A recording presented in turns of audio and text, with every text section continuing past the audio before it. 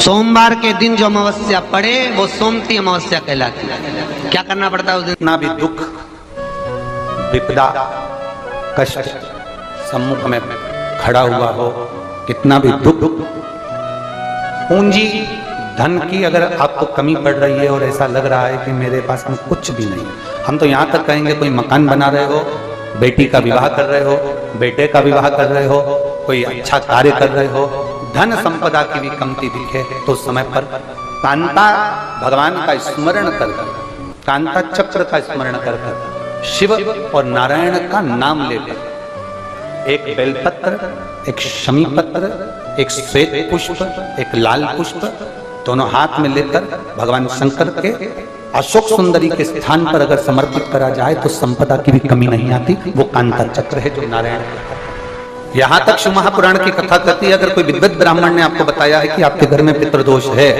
कोई विद्वान ब्राह्मण ने बता दिया कि आपके घर में काल सर्प दोष है, कोई विद्वान ब्राह्मण ने बता दिया कि आपके यहाँ पर ये वास्तु दोष है और इस दोष को मिटाना जरूरी है, कोई ने आपको बताया, उस समय पर हमें घबराना नहीं, उस समय में घबराने का क्रम नहीं है।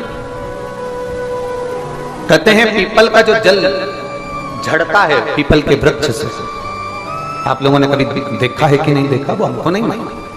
कितना भी अगर कोई वास्तु दोष बता दिया, पितृदोष बता दिया, काल सर्प दोष बता दिया, कितना भी अगर कोई दोष बता दे तो पीपल का जो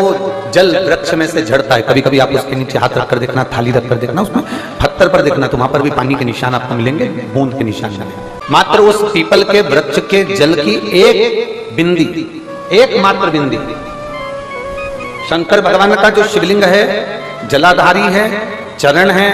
गणेश कार्तिक का स्थान है, अशोक सुंदरी का स्थान है और प्रत्येक जलाधारी में से पानी बीच में से आकर नीचे की ओर गिरता, नीचे की ओर गिरता। आप लोगों के स्मरण में हमने पहले भी बताया कि राइट में किसका स्थान है? गणेश जी का, लेफ्ट में कार्तिक के, बीच में अशोक सुंदरी। ये क्या है? पार्वती जी का हस्त कमल शिवलिंग, और ऊपर से जो जल एक एक बूंद शंकर जी के शिवलिंग पर गिर रहा है वो शंकर जी की 5 लड़कियां जया, विषहरा, शामलीवारी, दौतली और देव, शंकर जी की 5 लड़कियों एक एक बूंद पानी शिव जी पर गिरा रहा है।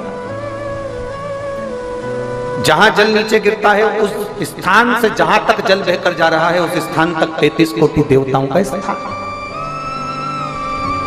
33 कोटि देवताओं का स्थान। अब जहां पानी आया, जहां नीचे गिरा, उसके बीच में जो स्थान होता है, आप लोगों ने देखा है कि नहीं देखा? जिनने देखा है जरा हाथ उठाओ। ये पानी जैसे यहां तक आया और यहां के बाद नीचे गिरेगा तब वो नाली के माध्यम से बाहर जाएगा, तो जितनी दूर यहां से वो नीचे की ओर जो गिर रहा है, यहां से वो नीचे की ओर जो पानी जा रहा है, ये जो स्थान होता है ये हमारे 3 दोषों को निवारण तुरंत कर देता है। एक हमारा पितृदोष, एक हमारा काल सर्प दोष और एक हमारा वास्तु दोष का निवारण ये तुरंत कर देता है। और ये तो हमने केवल आपको शिव महापुराण के माध्यम से बताया कि ये 3 दोष का निवारण कर देता है, पर यदि कभी आप ध्यान से लिंग पुराण को पढ़ेंगे, आप यदि लिंग पुराण को पढ़ेंगे और गीता प्रेस गोरखपुर की लिंग पुराण को लाकर यदि आप पढ़ते हैं या गीता प्रेस गोरखपुर की शिव अंक को भी आप अगर पढ़ेंगे, उसका नंबर हमारे स्मरण में नहीं आ रहा है, शिव अंक को भी अगर आप पढ़ेंगे तो उसमें भी आपको वर्णन मिलेगा कि हम तो केवल 3 दोष का बता रहे हैं, पर हमारे शास्त्र तो यहाँ पर और भी दोषों का वर्णन कर रहे हैं। जैसे किसी ने बता दिया आपको शनि का दोष है, किसी ने बता दिया मंगल का दोष है, किसी ने बता दिया आपको केतु का दोष है, किसी ने बता दिया आपको राहु का दोष है, किसी ने आपको कह दिया कि बृहस्पति का दोष है, किसी ने कह दिया आपको ये वाला दोष है। दुनिया के जितने दोष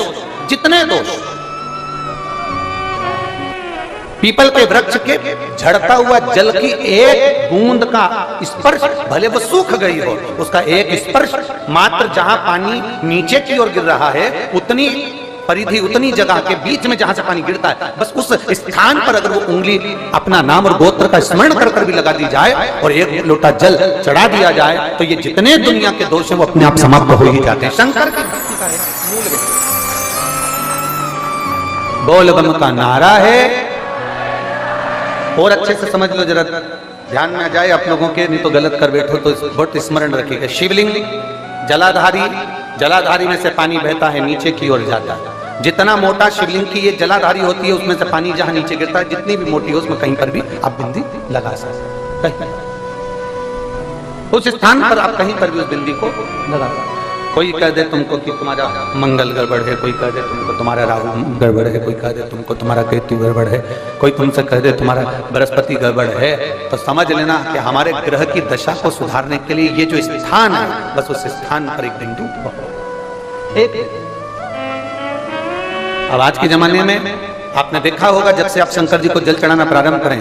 जब से आपने शिव महापुराण की कथा सुनना प्रारंभ करी, तब से आपने सुना होगा कि कोई भी अब ज्यादा आपको सुनने को नहीं मिलता कि वास्तु दोष हो गया, कि पितृदोष हो गया, कि कालसर्प दोष हो गया। इसके पहले का जो समय था, उस समय किसी को भी पत्रिका दिखाओ, किसी के पास भी जाओ, वास्तु दोष, कालसर्प दोष, पितृदोष, ये सारे दोष चलते रहते थे। पर तुमने जो एक लोटा जल शंकर भगवान को समर्पित करा, तुम्हारा चढ़ा हुआ जल उसी स्थान से नीचे गिर रहा है जहां हमने बिंदी लगाने का बताया, वहां से नीचे गिर रहा है, तो तुम्हारा दोष जल चढ़ाते चढ़ाते अपने आप दोष समाप्त होता चलेगा।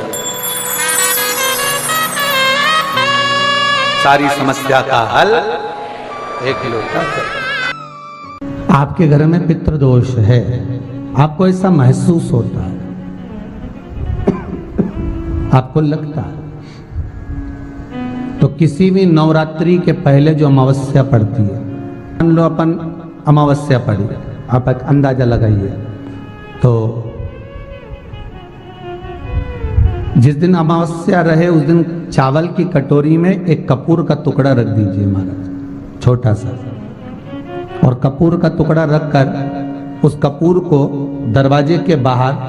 कटोरी में ही, चावल रखी हुई कटोरी में ही उसको पितरों का स्मरण कर कर जला दीजिए। और जलाने के बाद उस चावल को कहीं भी किसी भी वृक्ष की छांव में पक्षियों के लिए डाल दीजिए। शिव महापुराण की कथा कहती है, अगर मान लो पितृ आपको कष्ट दे रहे हैं, पितृ आपको तकलीफ दे रहे हैं, कोई काम नहीं होने दे रहे हैं, या कहीं आपको ऐसा लगता है कि पितरों का दोष है, तो वो पितृदोष देवी, अब ये जो आप करेंगे ये कब कर रहे हैं? अमावस्या के दिन आप उसको रख रहे हैं, अमावस्या के दिन उसको रखकर रात भर आपने रखा कपूर के साथ में, सुबह एकम पड़ गई, नवरात्रि लग गई, उसी दिन उसको जलाकर आपने पटक दिया। अर्थात उससे देवी और पितृ इन दोनों का आशीर्वाद जो प्राप्त होता है, तो घर में से पितृदोष समाप्त होकर लक्ष्मी की वृद्धि प्रारंभ हो जाती है, कार्य में सिद्धता आ जाती है। मान लो अगर पितृदोष है तो करो, नहीं है बड़े अलमस्ती से रहो, तो ये पितृदोष का स्मरण। तो यहाँ शास्त्र कह रहा है कि पितरों का जो लोक होता है, पितर जो लोक होता है, उस पितृलोक में 64 योगिनियां प्रवेश नहीं करती। जैसे सोमती अमावस्या, कौन सी ये वीडियो आप लोगों को कैसी लगी है हमें कमेंट करके ज़रूर बताएं। वीडियो हमारी फुल वॉच करने के लिए आप सभी लोगों का बहुत बहुत धन्यवाद।